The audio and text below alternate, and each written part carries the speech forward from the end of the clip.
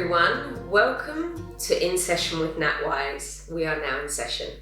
Today I'm going to talk to you about New Year's and the resolutions that we make each year and how we really kind of trip ourselves up by making these resolutions, and some ideas around what we might do perhaps instead to support ourselves in those resolutions and perhaps making different choices. So this is a very fraught period of the year regardless. Christmas time for most people is really hard with their families. So already we have these very sort of high pressured situations, and it's all based on one day of the year, and we base so much emphasis on this one day. For some people it can be really, really hard.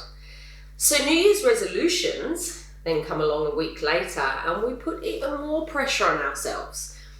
I think sometimes the reason why a lot of resolutions don't work is because we make far too big a resolution. We say to ourselves, I'm going to lose 20 pounds. And we don't have a plan, we don't have an idea how we're going to do it in a bite-sized chunk situation. And then invariably we make one mistake and it all comes crashing down and we throw it away, and then we feel like a failure. And not only do we feel like a failure, but we berate ourselves and we shame ourselves. So in actual fact, making that resolution just puts you back about 10 paces, because now we have to deal with the shame and the fear of failure. Instead, what we could do is say, I'm going to start with £5. I want to lose £5, and the way I'm going to do that is every day, instead of driving to work, I'm going to walk. Or I'm going to run for 5 minutes a day or for 10 minutes a day, and build it up gradually. Bite-size, realistic chunks. That's definitely the way to go. So why do resolutions not necessarily work when we say them out loud? There's a good reason to that. As soon as we say them out loud, we release a hit of dopamine, which is a neurotransmitter that makes us feel very good. And it makes us feel good. It makes us feel like we've done something. We've got the pleasure reward. But we actually haven't done anything. But why would you do and make the effort for the New Year's resolution when you've already got the dopamine hit reward in your brain? So already we kind of put ourselves on the back foot. What I would suggest is try not telling anyone.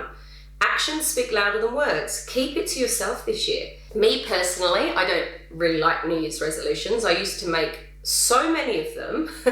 I'd have a list as long as my arm, and of course I didn't get through even a third of them, and I would make myself feel really bad because I have very high expectations of myself, as do a lot of people, and it was ridiculous. So in the end I stopped making resolutions altogether, and then what I found is it's actually really cool to make the resolution to yourself, because when you suddenly achieve it, you can say to yourself, I did that, and I did that without even telling anyone, and you know what? I'm really proud of myself. So that's another way you could sort of approach it. As human beings, we don't like change. We like the same old habitual consistency. So we're already setting ourselves up for a change, because in order to achieve your resolution, no doubt you have to change some part of yourself or some habit in your life. And you will naturally resist that anyway. So making smaller bite-sized chunk changes are going to be way more accessible. And how you do it is you do a very small portion and then you make a plan for that bite-sized chunk. You're more likely to reach that goal. And once you've reached that goal, you'll feel so good about yourself if you make another bite-sized chunk and put a plan to it, and you can reach that goal. And it has just a knock-on trickle effect. So in the end, you're achieving maybe 5 or 6 very small goals. But when you add them all up, it's a complete change for life. You might have £5 that you want to lose, and you make a plan each time for those £5. So the first £5, you might just literally change your habit of walking to work instead of driving a car. When you've done that, you might do the next £5 and you've got that walking habit already in place, but you're going to add another little habitual change there. So you're going to start to have a glass of water with lemon in the morning to flush through your system. Or you're going to wake up every morning and do a 5-minute gratitude, and then you're going to go on your walk. And so it all adds up. And these things really, really support us. It's the tiny little increments that support us. not the gargantuan changes, because invariably we'll always probably fall back. I think it's really important that your behaviors and your intentions match up. Some people, it's really great, especially as a therapist, because I get a lot of people coming in with their New Year's resolutions, and I absolutely give them this spiel. But some people will come in and say to me, I'm stopping smoking. I'm going out with my friends tonight to a bar.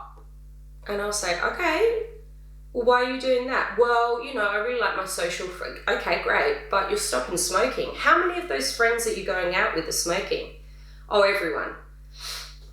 Behavior, intention. Not likely that you're going to put up with that. Unless you've got a willpower of iron, you're putting yourself in a really behaviorally yucky place, because that's going to tempt you. Make sure that your behaviors match your intentions. Instead of going out night clubbing with people that smoke, perhaps find a walking group and go walking with people who don't smoke. You're more likely to stick to your intention through that behavior. So behaviors and intentions, they must match up. And instead of just making random New Year's Eve resolutions, why not make some mental health New Year's Eve resolutions, such as 5 minutes of mindfulness per day. 5 minutes.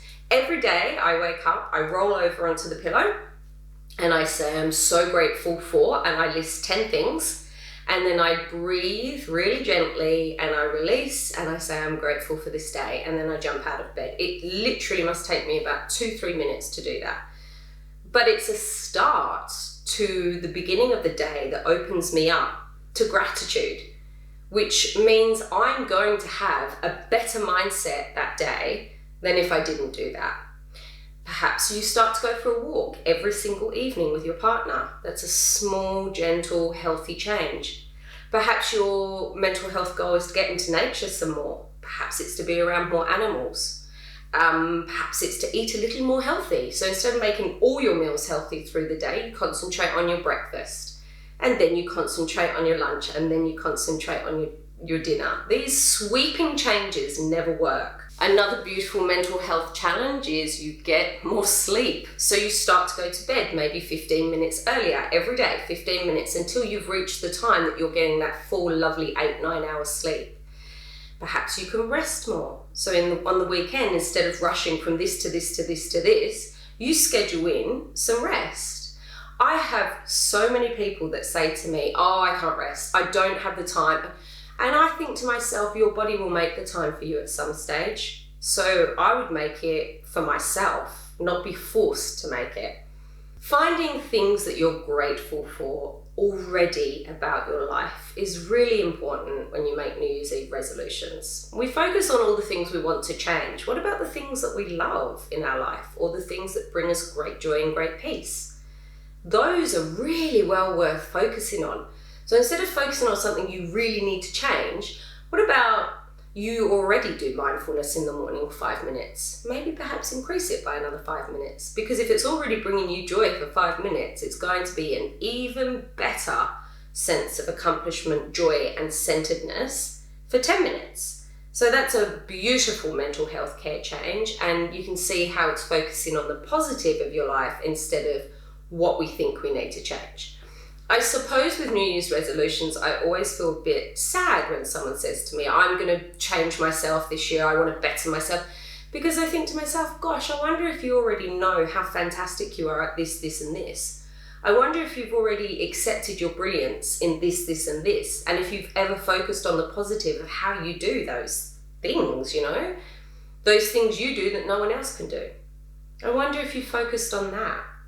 So before you make your resolution, perhaps think about 5 things about yourself that you're really proud of that year that you've done. 5 things that you're really, really proud of. And then make a choice from there. Finding your tribe is a great way to stick to New Year's Eve resolutions. If you want to start walking, and you've not really done anything like that before, find a walking group in your area. Even better, find a walking group that runs along the beach or in nature. You've got 2 amazing sort of changes there And that will be so much more committed when you're part of a group, because you'll feel, you know, as you all join in that collective joyousness and you watch each other, you know, get your goals or reach your goals, there's a collective momentum that will push you along. So you spread out the willpower and the effort and the goal setting between a group, and it's actually a beautiful thing to do.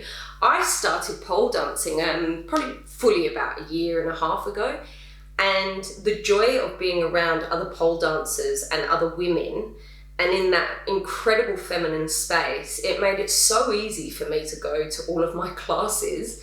I found that I was just getting fitter and fitter and fitter, and it really wasn't an effort. I'm a big exerciser anyway, so I really am proud of myself for the fact that I exercise a lot and I keep myself fit. But this became so easy, it didn't even feel like exercise. I was just gaining muscle and fitness as I was going, with what I would consider not very much effort, because it felt like so much fun. Most importantly, if you fail, accept it. It's there so that you can learn from it.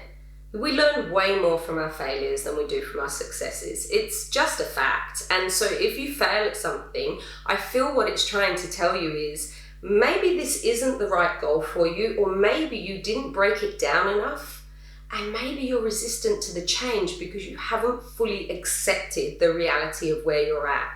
So it's definitely well worth leaning into that. But please accept the failure. Everyone has failure, everyone. Let's make it more normal.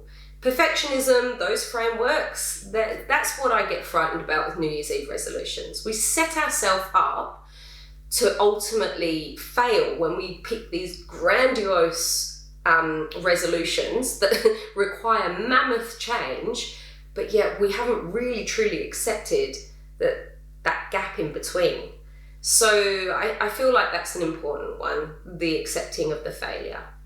I hope whatever you do this New Year's Eve, you are around people that you love. I hope that whatever you do this New Year's Eve, you find joy in your heart. And I hope with all my heart, if you're in a bad place, please reach out to someone. You're not alone. No one is alone. There are a lot of us in this world that are really passionate about mental health, including all of you watching. So if you are feeling lonely, get on the socials, get on the Facebook and Instagram in session with Nat Wise.